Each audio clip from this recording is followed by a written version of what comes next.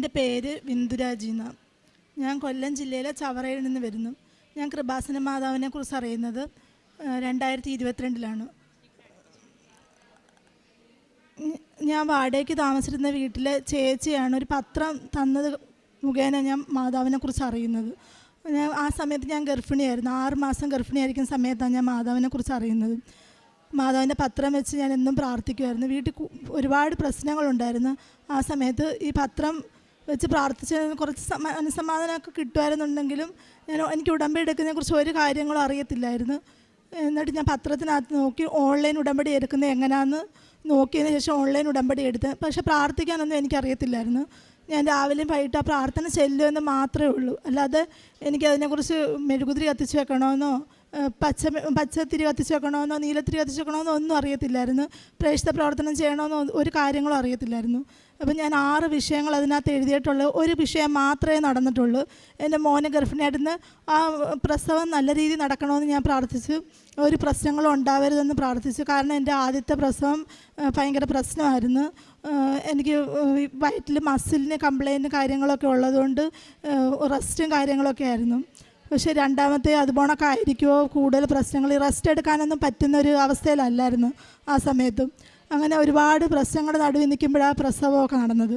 പ്രസവിച്ച് എല്ലാം കഴിഞ്ഞിട്ടും പിന്നെ പ്രസവ നിർത്തിൻ്റെ പ്രശ്നങ്ങളെല്ലാം ആയിട്ട് ഒരു തരത്തിലും ജീവിക്കാൻ പറ്റാത്ത രീതി ആത്മഹത്യ ചെയ്യേണ്ട അവസ്ഥ വരെ ഉണ്ടായിരുന്നു. അത് കഴിഞ്ഞിട്ട് ഞാനും ഹസ്ബൻഡും തമ്മിൽ പ്രശ്നങ്ങളായി. ഞാൻ എൻ്റെ വീട്ടിൽ പോയി കൊച്ചുങ്ങളെയും കൊണ്ട്. അങ്ങനെ വഴക്കിട്ട് പിന്നെ ഞാൻ ഇവിടെ ഓൺലൈൻ ഉടമ്പടി എടുത്തിട്ട് പോലും എനിക്കൊന്നും നടന്നില്ലല്ലോ, എൻ്റെ കൊച്ചിൻ്റെ കാര്യം മാത്രമേ നടന്നുള്ളൂ എന്ന് വിചാരിച്ച് അങ്ങനെ ഞങ്ങൾ തമ്മിൽ ഇപ്പോഴും പിരിഞ്ഞ് നിൽക്കുക. പക്ഷേ എന്നാലും ഞാൻ വീട്ടിൽ ചെന്നതിന് ശേഷം ഞാൻ പറഞ്ഞു, അമ്മ ഉടമ്പടി എടുത്തിട്ടൊന്നും നടന്നില്ലല്ലോ എന്ന് പറഞ്ഞാൽ ഒരു ദിവസം ഇവിടുത്തെ സാക്ഷ്യം കേട്ട് ഇവിടുത്തെ ധ്യാനമൊക്കെ കണ്ട് ഇത് കണ്ടു കഴിഞ്ഞപ്പോൾ ഞാൻ പറഞ്ഞു, ഈ പച്ചത്തിരി കത്തിച്ച് നീലത്തിരി കത്തിച്ചൊന്നും ഞാൻ പ്രാർത്ഥിച്ചിട്ടില്ല, ഞാൻ പ്രേക്ഷിത പ്രവർത്തനമൊന്നും ചെയ്തിട്ടില്ല, പിന്നെ എങ്ങനെ എനിക്ക് അങ്ങനെ അതുകൊണ്ടായിരിക്കും എനിക്കിതൊന്നും കിട്ടാഞ്ഞത് എന്നൊക്കെ ഞാൻ ഇങ്ങനെ മനസ്സ് വിചാരിച്ച് ആ അമ്മയോടൊക്കെ ഇങ്ങനെ പറയാൻ തുടങ്ങി. എനിക്ക് പോകണം, എനിക്ക് അവിടെ പോയി ഉടമ്പടി എടുക്കണം, ഉടമ്പടി എടുത്താലേ എന്തെങ്കിലും രക്ഷ ഉണ്ടാകത്തുള്ളൂ എനിക്ക് തോന്നുന്നു, എനിക്ക് പോയേ പറ്റത്തോളം ഞാൻ അമ്മയോട് ഇങ്ങനെ പറഞ്ഞു കഴിഞ്ഞിട്ട് ഞാൻ അമ്മയുടെ കൂടെ വന്ന് താമസമായതിനു ശേഷം 3 മാസം കഴിഞ്ഞപ്പോഴാണ് ഇവിടെ ഉടമ്പടി എടുക്കണമെന്നും പറഞ്ഞ് ഞാനിവിടെ വന്നു. സെപ്റ്റംബർ 2023 സെപ്റ്റംബർ 8 ഞാൻ ഇവിടെ വന്ന് ഉടമ്പടി എടുത്തത്.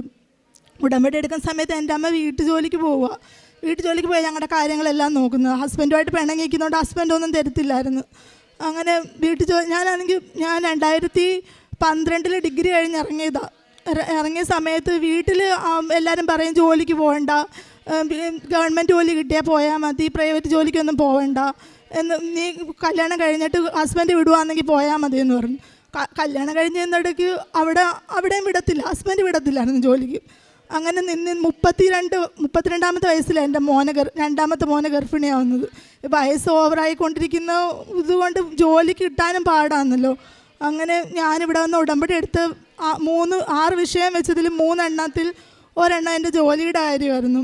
പിന്നെ ജോലിക്ക് ഞാൻ വിചാരിച്ച ജോലി കിട്ടണമെന്നുണ്ടെങ്കിൽ എനിക്ക് വണ്ടി വേണം. അതിന് ഡ്രൈവിംഗ് അറിയാമെങ്കിൽ ലൈസൻസ് ഒന്നും എടുത്തിട്ടില്ലായിരുന്നു. അങ്ങനെ വണ്ടിക്ക് വേണ്ടി ഞാൻ പ്രാർത്ഥിച്ചല്ലാതെ അത് ഉടമ്പടിയിൽ വെച്ചിട്ടില്ലായിരുന്നു വണ്ടിയുടെ കാര്യം. അങ്ങനെ ഇവിടെ വന്ന് ഉടമ്പടി എടുത്തിട്ട് പോയി 2ാമത്തെ ദിവസം ലോൺ വെച്ച്, അതിന് മുമ്പ് ഒരുപാട് വട്ടം നോക്കിയത് ലോൺ വെച്ച് വണ്ടി എടുത്തിട്ട് ജോലിക്ക് പോകാനൊക്കെ നോക്കിയിട്ടൊന്നും നടന്നില്ല. പക്ഷേ സെപ്റ്റംബർ 8 ഇവിടെ വന്ന് ഉടമ്പടി എടുത്തിട്ട് പോയി 2 ദിവസം കഴിഞ്ഞപ്പം എനിക്ക് വണ്ടിയുടെ കാര്യമെല്ലാം റെഡിയായി, ലോൺ ശരിയായെന്ന് പറഞ്ഞ് അവിടെ നിന്ന് വിളിച്ചു. ലോൺ ശരിയായെല്ലാം വണ്ടിയെല്ലാം കിട്ടി. അത് കഴിഞ്ഞ് സെപ്റ്റംബർ 16 എനിക്ക് ഇൻ്റർവ്യൂവിന് വിളിച്ചു. ഞാനൊരു പരസ്യം കണ്ട് വിളിച്ചതാണ്. ഫെഡറൽ ബാങ്കിൻ്റെ ഫിൻസർവിലാണ് വർക്ക് ചെയ്യുന്നത്. അവിടെ വിളിച്ച് ഇൻ്റർവ്യൂവിന് ചെന്നു. അവർ ചെന്നപ്പോഴേ പറഞ്ഞ് നല്ല പാടുള്ള പണി, 7:30 കയറണം, കൊച്ചൊക്കെ ഉണ്ടെന്ന് പറഞ്ഞപ്പോൾ കൊച്ചുങ്ങളെ ഇട്ടുകൊണ്ട് നടങ്ങാൻ പറഞ്ഞാൽ എനിക്ക് അത്രയ്ക്ക് അത്യാവശ്യമാണ്, അതുകൊണ്ട് ഞാൻ വരുമെന്ന് പറഞ്ഞു. 7:30 തന്നെ കയറുമെന്ന് പറഞ്ഞു. അങ്ങനെ എനിക്ക് അവിടെ ജോലി കിട്ടി. വണ്ടി എടുത്ത് ജോലി കിട്ടി. അത് കഴിഞ്ഞപ്പം എനിക്ക് പിന്നെ ഞാൻ രണ്ടാമത് അതിനകത്ത് വെച്ചിട്ടുള്ളത് എൻ്റെ അമ്മയുടെ കടത്തിൻ്റെ കാര്യമായിരുന്നു. കാരണം എൻ്റെ മൂത്തൊരു സഹോദരന് ഈ കടമൊക്കെ കയറി ഇവിടുന്ന് പോയി, ആളിപ്പോൾ എവിടാന്നൊന്നും അറിയത്തില്ല. അങ്ങനെ സാമ്പത്തിക പ്രശ്നം കൂടിപ്പോയത്. അതിനുശേഷം ഹസ്ബൻഡ് പ്രശ്നങ്ങളൊക്കെ ആയത്. അപ്പം എൻ്റെ അമ്മയ്ക്ക് എന്തോ ചെയ്യണമെന്ന് അറിയാൻ വയ്യാത്ത അവസ്ഥയിലായിരുന്നു. അങ്ങനെ കടം കയറി അന്ന് തൊട്ട് ഈ 4 വർഷമായിട്ട് ഇപ്പം 2,50,000 പലിശ കൊടുത്തോണ്ടിരിക്കുക എൻ്റെ അമ്മ. വീട്ടു ജോലിക്ക് പോയാൽ കൊടുത്തോണ്ടിരുന്നത്. അപ്പോൾ ഒരു തരത്തിലും ആരും സഹായിക്കില്ലായിരുന്നു. സഹായിക്കെങ്കിലും വലിയ രീതി എമൗണ്ടൊന്നും സഹായിക്കത്തില്ലല്ലോ. ചെറിയ ചെറിയ ആവശ്യങ്ങളൊക്കെ ഓരോരുത്തരൊക്കെ ചെയ്ത് തരുമെങ്കിലും വലിയ 2,50,000 രൂപ ഒന്നും ആരും സഹായിക്കത്തില്ലല്ലോ. അങ്ങനെ ഇവിടെ വന്ന് ഉടമ്പടി എടുത്ത് പോയതിന് ശേഷം എൻ്റെ അമ്മയുടെ ഒരു കൂട്ടുകാർ മുഖേന 2,50,000 കടം, അതായത് പലിശ കൊടുക്കണ്ട, പലിശ കൊടുക്കാതെ ആ പൈസ നമുക്ക് എപ്പോഴെങ്കിലും കിട്ടുമ്പം കൊടുത്താൽ മതി എന്നുള്ള രീതിയിൽ അവർ സഹായിച്ചു. അപ്പോൾ അവരെ കൊണ്ട് ഇവിടുത്തെ മാതാവല്ലേ അങ്ങനെ ചെയ്യിപ്പിച്ചത്. അതിന് മുമ്പ് ഒരുപാട് അല്ലാതെ 500, 1000 ഒക്കെ തന്ന് സഹായിക്കാനും 10,000 രൂപയൊക്കെ വരെ തന്ന് സഹായിക്കാനും ഒക്കെ ഉണ്ടായിരുന്നു. എന്നാലും ഇത്രയും എമൗണ്ടൊന്നും ആരും തരത്തില്ല, പലിശ കൊടുക്കാതെ ഒന്നും തരത്തില്ല. ആ പലിശക്കട ഒഴിവാക്കി തന്നത് ഈ മാതാവ്. അത് കഴിഞ്ഞിട്ട് പിന്നെ എൻ്റെ ഇളയൊരു സഹോദരനുണ്ട്.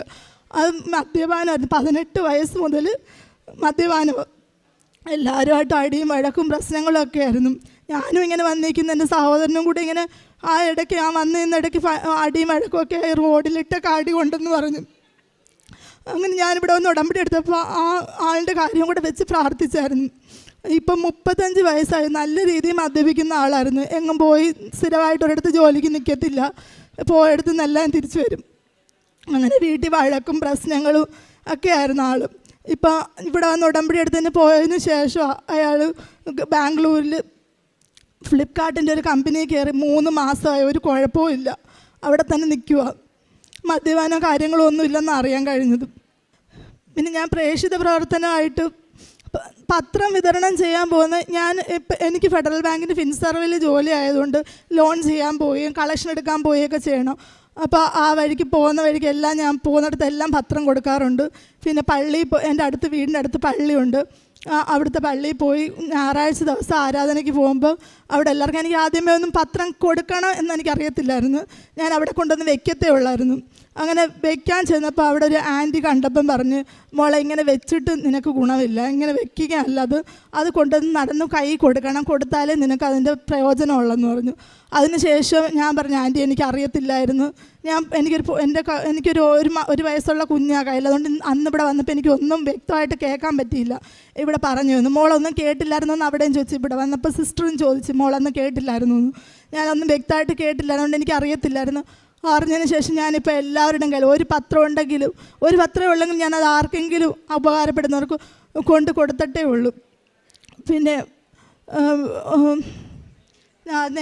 നേർച്ച വസ്തു കളക്ഷൻ്റെയൊക്കെ സമയത്ത് ഒരുപാട് പ്രശ്നങ്ങളുണ്ടായിരുന്നു. ഈ കളക്ഷൻ ഇരുന്നിടത്ത് എല്ലായിടത്തും ഒന്ന് കളക്ഷൻ കിട്ടണമെന്നില്ല. ആദ്യമായിട്ട് കളക്ഷന് പോകുമ്പം പൈസ കിട്ടാതൊക്കെ വന്ന് രണ്ടാമതും പോയി മേടിക്കാൻ പോയി അങ്ങനെയൊക്കെ ഉണ്ടായിരുന്നു.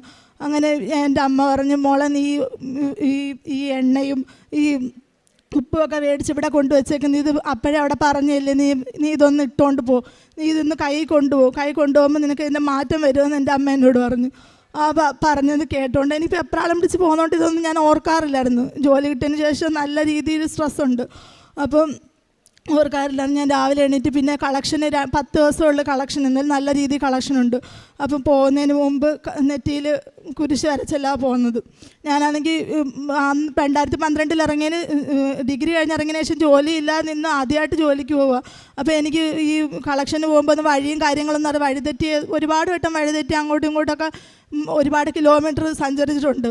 പോകുന്നിടത്തൊന്നും അല്ലായിരിക്കും ചെന്ന് കയറുന്നത്. അപ്പോഴൊക്കെ ഞാൻ ഇവിടുത്തെ മാതാവിനെ വിളിച്ചിങ്ങനെ പറയും, ദൈവമേ എന്നെ എത്തേണ്ടടുത്ത് എത്തിക്കണേ, എന്തെങ്കിലും വഴി കാണിച്ചു തരുന്നത്. ചിലരൊക്കെ വിളിക്കുമ്പോൾ ഫോൺ എടുക്കത്തില്ല, നമുക്ക് വഴി പറഞ്ഞു തരത്തില്ല. അങ്ങനെയൊക്കെയുള്ള പ്രശ്നങ്ങൾ ഒരുപാട് വന്നിട്ടുണ്ട്. ആ സമയത്തൊക്കെ എൻ്റെ ഈശോ മാതാവ് എൻ്റെ കൂടെ ഉണ്ടായിരുന്നു.